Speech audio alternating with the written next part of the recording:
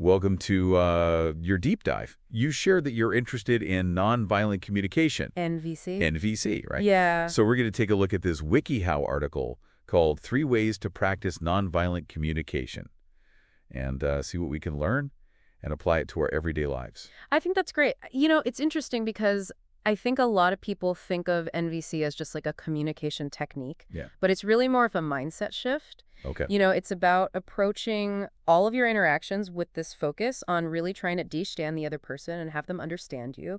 And ultimately, it's about getting your needs met without resorting to force, guilt, or shame. It feels like that could be really helpful in certain situations. Yeah. You know, where things get a little sticky or, Absolutely. Disagreements. Yeah. I mean, it's all about connecting with the other person, even when you're disagreeing. Yeah. It's about getting to the heart of what's going on. Yeah. What are the feelings and needs driving both your actions and theirs? Okay, so how do we actually put this into practice? The article talks about the 4 steps of NVC. Yeah. So think of those 4 steps as your roadmap to navigating any tough conversations with honesty and compassion. Right. And it all starts with observation, like just stating the facts without any judgment or evaluation. Okay. So for example, instead of saying you're always late, which is kind of blaming and judgmental, you could just say the meeting was scheduled for 10 a.m. and it's now 10:14. Just stating what's observable. Exactly. Or the article gives another example, like if there's a stereo playing loudly at 2 a.m., instead of saying it's too late to be making so much noise, which is an evaluation, you would say it's 2 a.m. and I hear your stereo playing. Got it. So you're establishing a common ground based on truth. Right, just the facts. Exactly. And it's fascinating because that small shift can really de-escalate a situation. It seems like it would. Yeah, because it's objective. Yeah.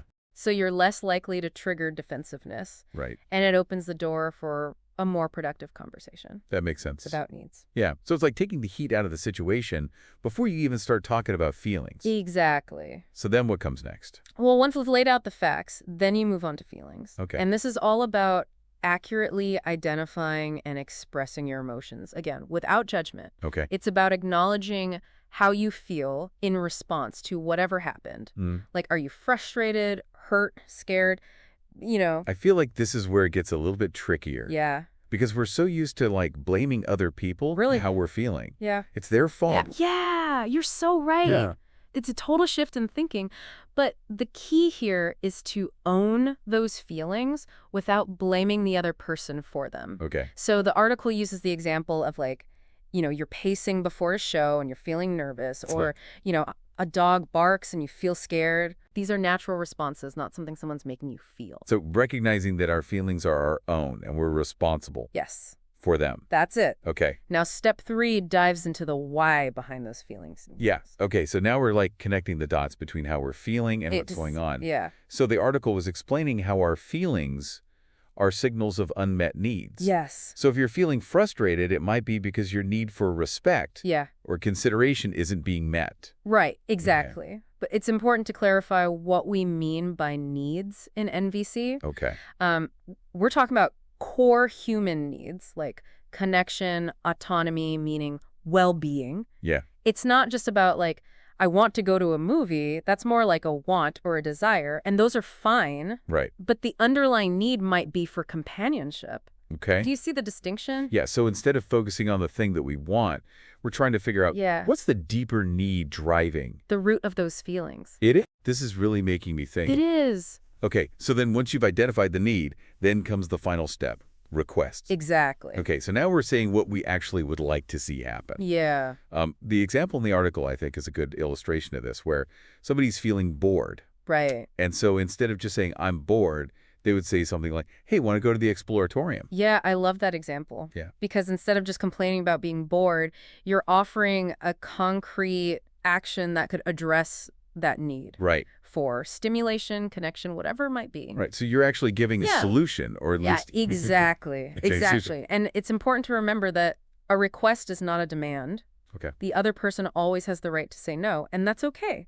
Right. NVC is about collaboration, not coercion. Okay, so this all makes sense in theory, but how easy is this to actually put into practice? Yeah. It feels like it could get really complicated. Yeah. Especially when you're in the heat of the moment. Right. Like, how do you actually remember all these steps? Right. Well, that's where those sentence templates come in. Okay. The article gives examples of it can be really helpful. Like training wheels. Yes, training wheels. I love that for your NVC journey. So instead of like stumbling over your words, you can kind of use this template to be sure you're hitting all the points. Exactly. Okay. And make sure you're including all the elements. And I'm guessing that that's especially helpful when you're first starting out? Absolutely. Yeah. So instead of, stumbling over your words, you could say something like, are you feeling frustrated because you need more support with this project? Or when I see the dishes piled up, I feel overwhelmed because I need more order in our shared space. Would you be willing to help me with the dishes tonight? Oh, that's good. Right. Yeah, those are really good examples. Yeah, and you can adapt these templates to fit any situation. Okay. The article even talks about formal versus colloquial NVC. What does that mean? So, meaning that you can be more or less casual with your language depending on the context. So, like, if you're checking in with a friend after a performance review. Exactly. You wouldn't have to be super formal. Exactly. You could just be like, hey, you seem a bit down. Want to talk about it? Exactly. You got it. Okay. It's about finding what feels natural and authentic for you. Right. While still honoring the principles of NVC. Okay, so I do have a question about boundaries. Okay. Because this seems like a great way to communicate. Yeah.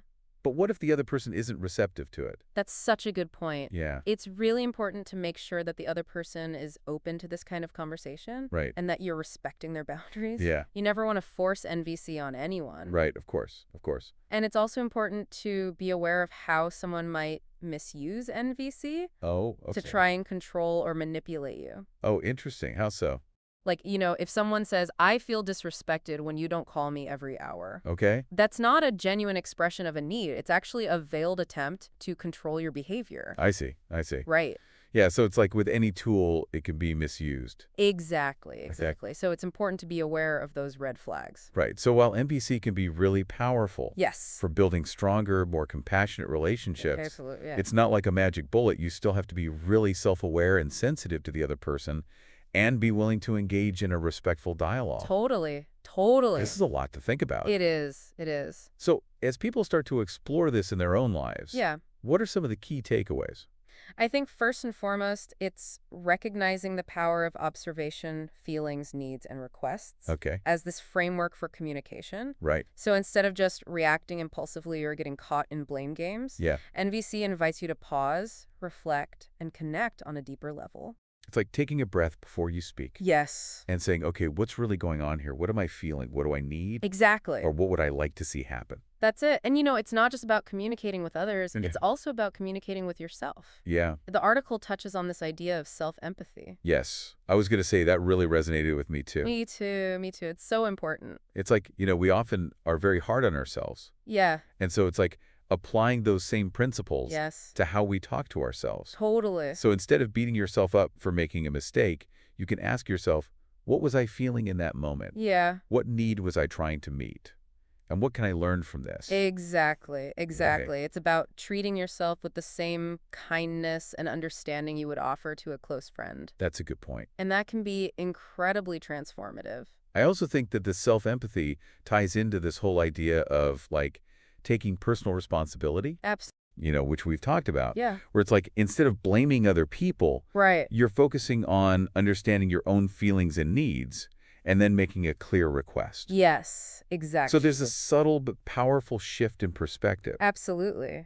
I love how they give that example of the engineer who's feeling unheard in a meeting. Yeah, that's a good one. And instead of like spiraling into self-criticism, they can use these principles to understand their own needs. Yes.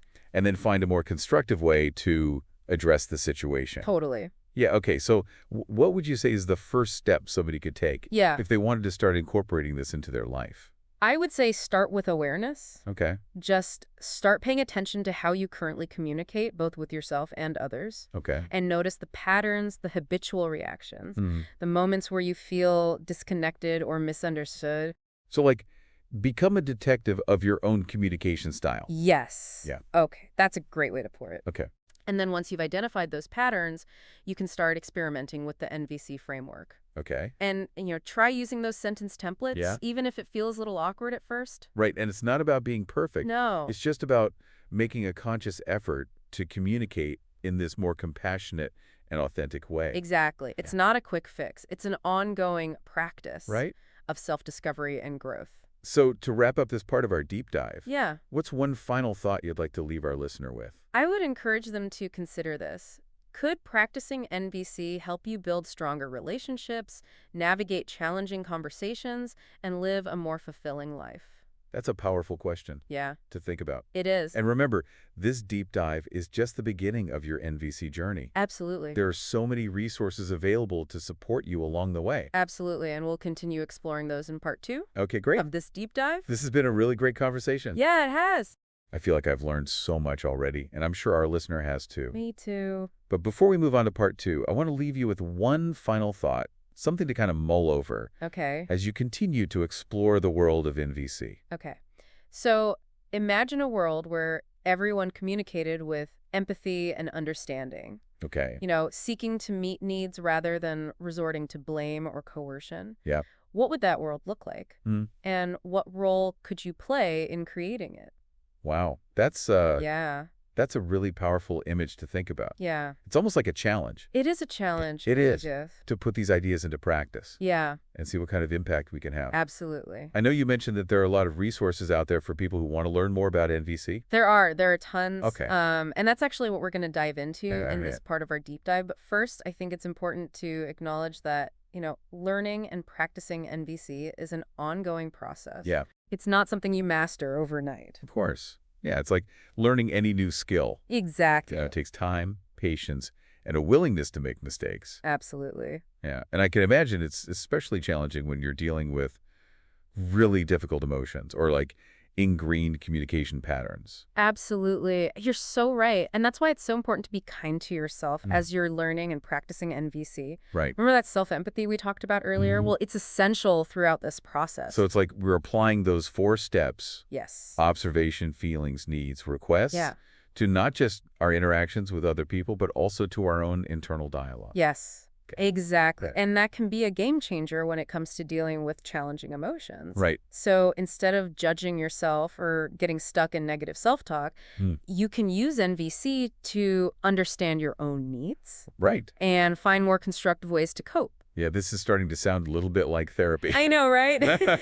But in a good way. In a good way. Yeah, it's like giving me tools to understand myself and my emotions better. Totally. But I'm also curious about the practical side of things. Yeah. Like, what are some concrete resources people can use to learn more about this? Well, one of the foundational resources is the book Nonviolent Communication, A Language of Life. Okay. By Marshall Rosenberg, who developed the NVC model. I've heard of that book. Yeah, it's considered like the Bible of NVC. Okay. And it really delves into the philosophy and principles behind it. Okay. But I have to admit, sometimes those foundational texts can be a little dense. Yeah, a little hard to get through. Hard to get through, yeah. Are there other resources that might be a little bit easier to digest? Absolutely. There are tons of websites, articles, videos, even podcasts dedicated to NVC. Okay. A quick Google search will turn up a wealth of information. That's good to know. Yeah, and many organizations offer workshops, training programs, online courses on NVC.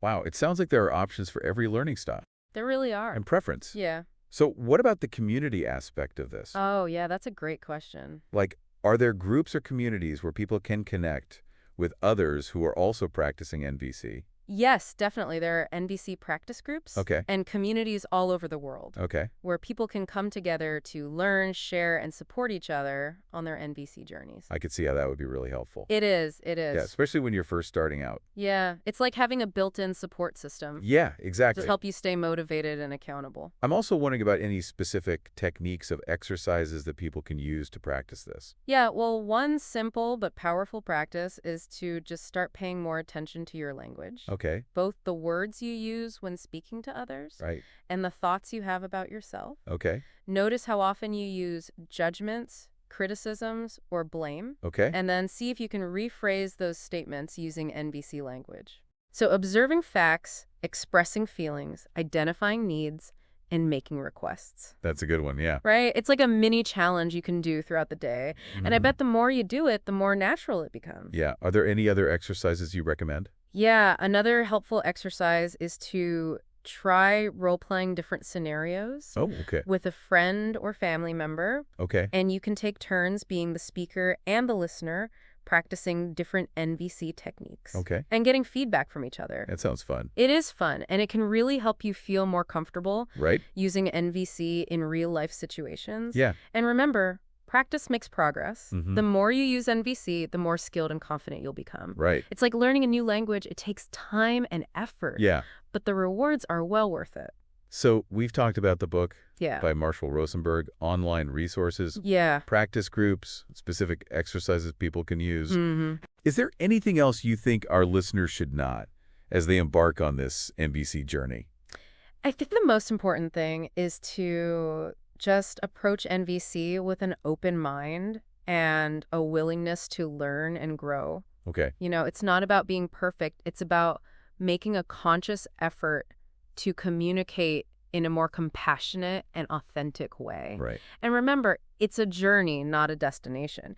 There will be ups and downs, challenges and breakthroughs along the way. Right. But if you stay committed to the process, you'll be amazed by the positive changes it can bring to your life. I love that. And it makes me think about how this isn't just about individual growth. Yes. It's also about creating a more compassionate and connected world. Absolutely. Have you seen that in your own experience with NVC? Absolutely. One of the most beautiful things about NVC is that it has the power to transform relationships and build bridges of understanding between people. Yeah. You know, when you start communicating from a place of empathy and compassion, it can have this ripple effect that extends far beyond your immediate circle. That's a beautiful thought. It is. Yeah, it's like each act of compassionate communication is this small but significant step towards creating a more peaceful and harmonious world. Yes. And I love how this gives us the tools to actually do that. It does. It does. And I think that's what makes it so empowering. You know, it's not just a philosophy. It's a practice that we can all engage in,